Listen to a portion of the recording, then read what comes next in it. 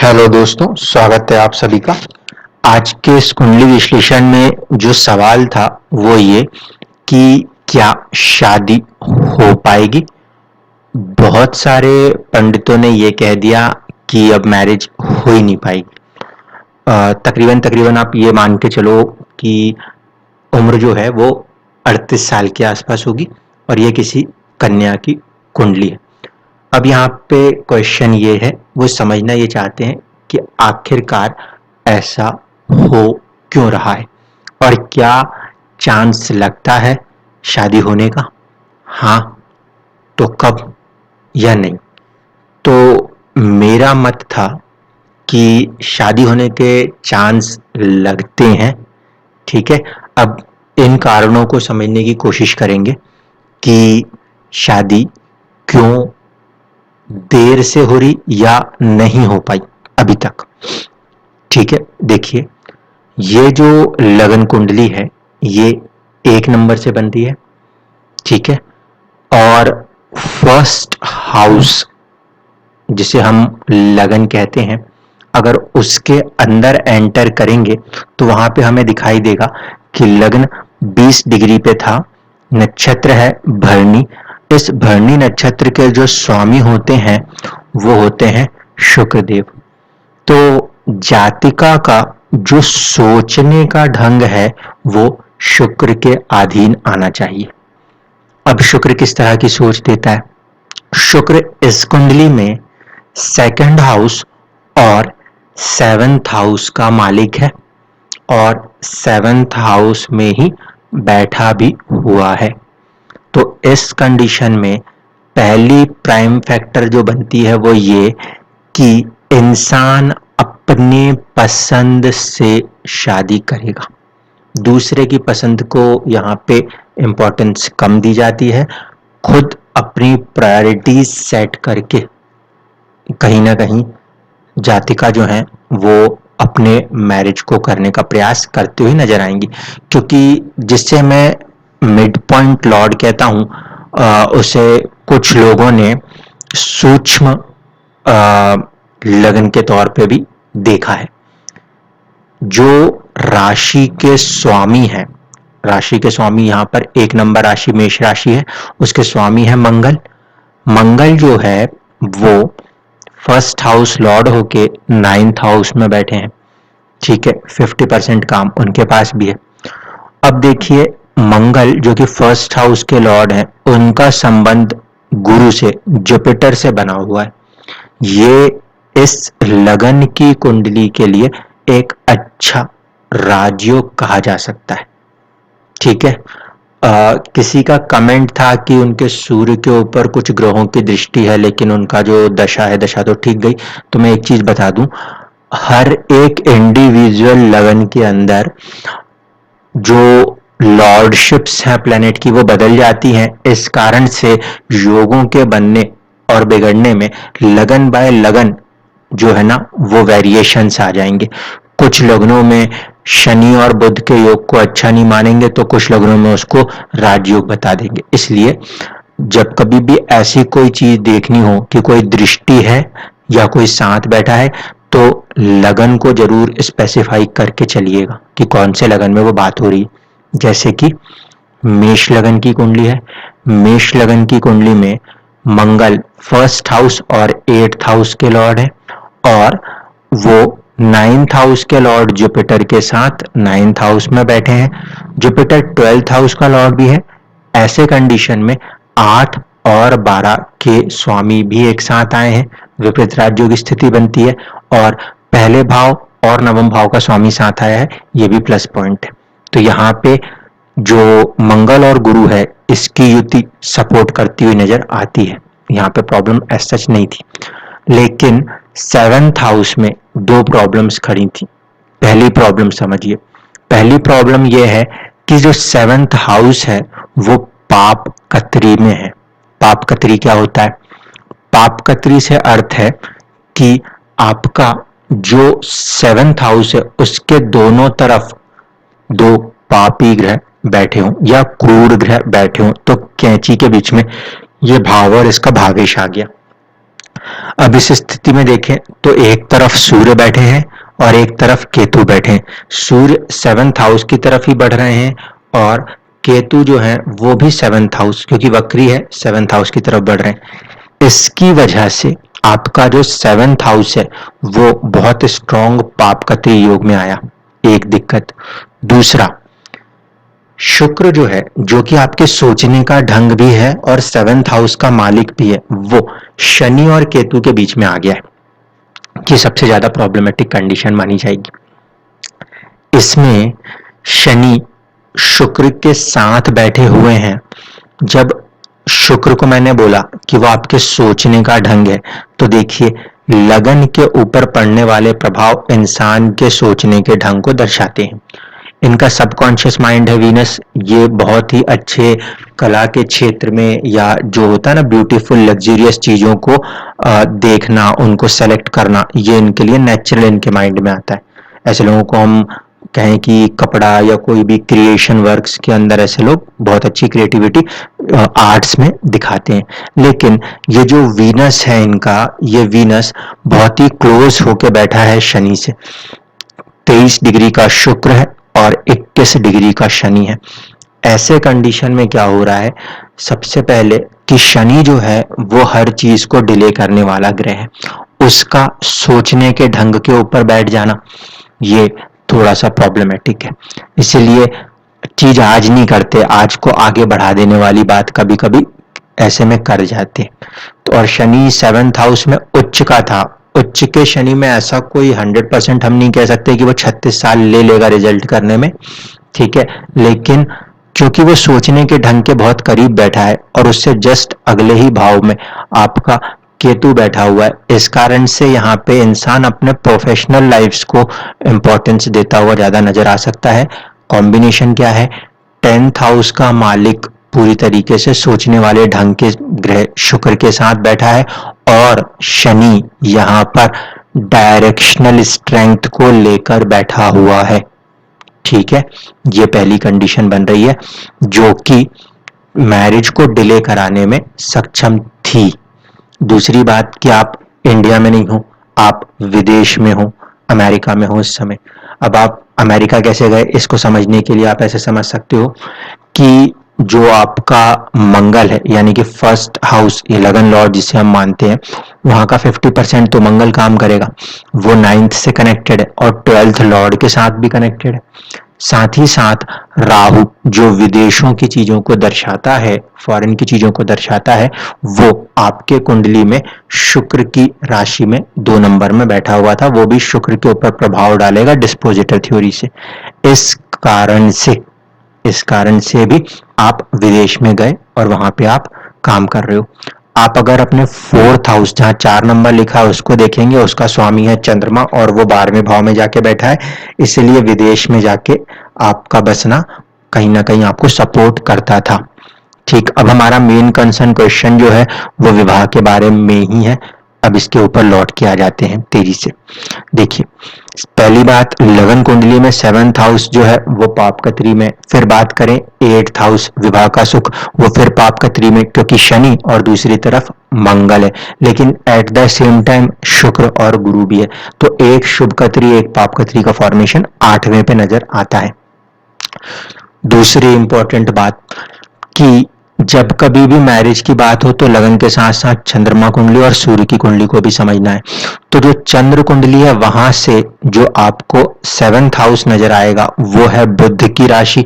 बुध अपनी राशि में बैठे, लगन कुंडली से 7th लॉर्ड 7th में बैठा है, चंद्र कुंडली से 7th लॉर्ड 7th में बैठा है। तो दोनों ही मतलब मन भी करेगा और लगन भी उस चीज की प्रयास करेगा शादी कराने के। वहां तक तो बात समझ में आ रही है, प्रॉब्लम आ रही है थॉट प्रोसेस में, चीजें फंस रही हैं। एक शुक्र का, दूसरा कि जो 8th हाउस है उस 8th हाउस में आता है ज्येष्ठा नक्षत्र, यानी कि 8th हाउस का जो मिड पॉइंट लॉर्ड है वो है आपका बुध, और बुध सूर्य के समीप आके बैठा हुआ है। अस्त तो है बुध यहाँ पे, मैं अस्त होने को भी बहुत ज्यादा वो नहीं बोलूंगा कि खराब हो गया, लेकिन इस बात को समझिएगा कि स्ट्रेंथ में जब हम आएंगे आखिर में मैं आपको इनकी स्ट्रेंथ दिखाऊंगा। वहां पे आपका ये जो बुध है, बुध के पास और सूर्य के पास स्ट्रेंथ की कमी होना, ये इस चीज को दर्शाता है कि कहीं ना कहीं चीजों को ये लेट कर देगा। दूसरा एक नेगेटिव फैक्टर अगर मैं कहूं तो वो ये है कि जो सूर्य है, सूर्य बैठे हैं छठे भाव में, लेकिन सूर्य के पास भी बल नहीं है। इस कारण से जो फिफ्थ हाउस था वो भी रिक्वायर्ड स्ट्रेंथ से कम था। इसका सेकंड इम्पैक्ट ये होना है कि जो चाइल्ड बर्थ वाली कंडीशन थी उसमें काफी डिले करने वाली क्षमता बन जाती है। इस कारण से भी अब वो अगर संतान वाली चीज में डिले है तो जाहिर सी बात है पहले विवाह में डिले करे तब उन चीजों को वहां पे प्रभावित करता हुआ नजर आता है। प्लस पॉइंट सिर्फ ये है कि आपके पंचम भाव के ऊपर गुरु की दृष्टि मौजूद है। ठीक, अब चलते हैं आपके नवमांश की तरफ, जिसे देख के बहुत सारे लोगों ने आपसे कहा कि आपका नवमांश खराब है इसलिए विवाह नहीं हो सकता। देखिए, अभी हम ओरिजिनली एज इट इज नवमांश को देख रहे हैं, मैं इसको लगन के बराबर नहीं कर रहा। नवमांश की कुंडली में सबसे पहली चीज, फर्स्ट हाउस का लॉर्ड है वीनस और वो 8th में बैठा है। जब शुक्र अष्टम में बैठा हो और वो लगन का स्वामी भी हो और अष्टम का स्वामी भी हो, तो ऐसे में जिंदगी में चीज बहुत अचानक से होती है, एक बात। दूसरी बात, यहां पे इसको ऐसे देखा जा सकता है कि जो आपका नवमांश है उसका फर्स्ट हाउस 7 नंबर का स्वामी शुक्र क्योंकि अष्टम में बैठा है, तो कई बार इंसान मना करता है कि अभी ये चीज करनी ही नहीं है, क्योंकि यहाँ पे जो अष्टम भाव है, अष्टम भाव बेसिकली चीजों को देर से करो, या प्रोफेशन में हम बात करें तो जैसे हम कहते हैं रिटायरमेंट का है, तो वो वाली चीज है कि नहीं अभी तो करनी नहीं, अभी मुझे अपने आप को और बड़ा बनाना है प्रोफेशन में। ये ऐसी कुछ चीजों को साथ भी कहीं ना कहीं थॉट देकर ये चीजों को डिले करने का काम कर सकता था। दूसरी इंपॉर्टेंट बात जो बनती वो ये कि आपके इस नवमांश में, एज इट इज जो नवमांश है उसकी बात कर रहा हूं, यहां पर 7th हाउस में जाकर आपका जो है शनि नीच राशिस्थ हो रहा है। फिर से देखिए, लगन कुंडली के 7वें भाव पे भी शनि का प्रभाव है और नवमांश एज इट इज देखें तो भी शनि का प्रभाव है, यानी कि शनि का प्रभाव पूरी तरह से इस भाव के ऊपर है, जो कि इस बात को दर्शाता है कि कहीं ना कहीं चीजें जो हैं वो देर से होनी थी।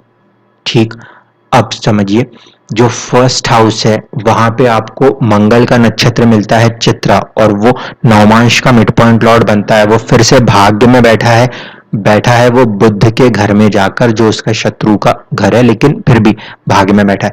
इस कारण से बाहर ही कहीं पे मैरिज की संभावना यहां से बनती हुई नजर आती है। ठीक है, जो कारक ग्रह है गुरु, उसकी स्थिति को समझें। लगन कुंडली में कारक ग्रह गुरु जो था वो मूला नक्षत्र में बैठा था, केतु के नक्षत्र में। ये एक नेगेटिव पॉइंट था जो कि रिजल्ट को भी डिले करा रहा है, क्योंकि फीमेल चार्ट के अंदर जुपिटर के ऊपर आने वाला इम्पैक्ट वो कारक है विवाह का कहीं ना कहीं उसमें। इस कारण से ऐसी कंडीशनें बनाता हुआ नजर आ रहा था। आपके वाले में भी द्वि स्वभाव राशि में मंगल बैठा था, तो एक तरीके से ये भी कहा जा सकता था कि 2 मैरिज के चांसेस हैं, और उसमें भी अगर कोई ये कहे कि एक भी नहीं हो रही तो मुझे लगता है कुछ गड़बड़ है। ठीक है, एक तो फिर भी होगी, और लेट हो रही है तो वो फायदा है कि एक होगी, लेकिन इसमें चुनौती समझ लीजिए अच्छे से।